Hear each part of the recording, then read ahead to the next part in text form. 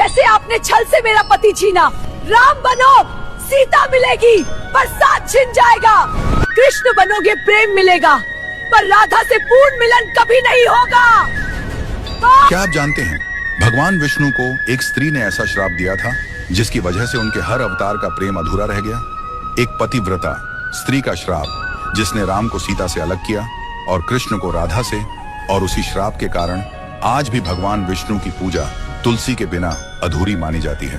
रुकिए, क्योंकि यह कहानी सिर्फ श्राप की नहीं, ये एक स्त्री के टूटे विश्वास, दर्द और दिव्य शक्ति की कहानी है। सृष्टि का समय था, असुरों का अत्याचार बढ़ चुका था। उनमें सबसे शक्तिशाली था जलंधर। जलंधर को अजय बनाती थी उसकी पत्नी वृंदा की पतिव्रता शक्ति।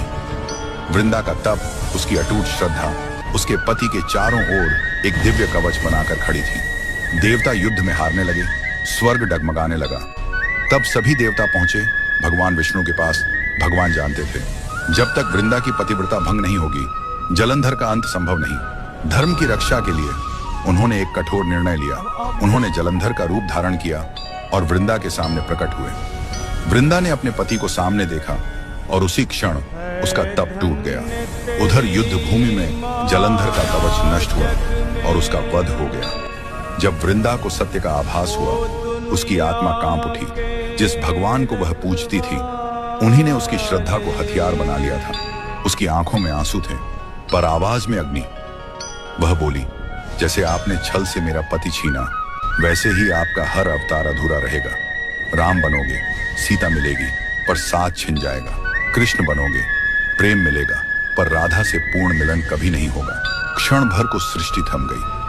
भगवान विष्णु, जिनके सामने ब्रह्मांड नतमस्तक होता है, आज स्वयं झुक गए। हाथ जोड़कर बोले, माता, तुम्हारा श्राप मेरे लिए दंड नहीं, तपस्या है, क्योंकि भक्ति से बढ़कर मेरे लिए कुछ भी नहीं। वृंदा का हृदय टूट चुका था। उसने अपने शरीर का त्याग कर दिया। उस देह से निकला दिव्य प्रकाश, और उस प्रकाश से जन्म हुआ तुलसी।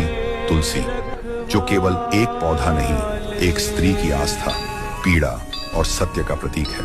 भगवान विष्णु ने वचन दिया, जहां जहां मेरी पूजा होगी, वहां तुम्हारा स्थान सबसे ऊंचा होगा। तुम्हारे बिना मेरी आराधना अधूरी रहेगी। इसीलिए आज भी भगवान विष्णु की पूजा तुलसी के बिना पूर्ण नहीं मानी जाती। और शायद इसीलिए उनके हर अवतार में प्रेम तो मिला, पर पूर्ण मिलन नहीं।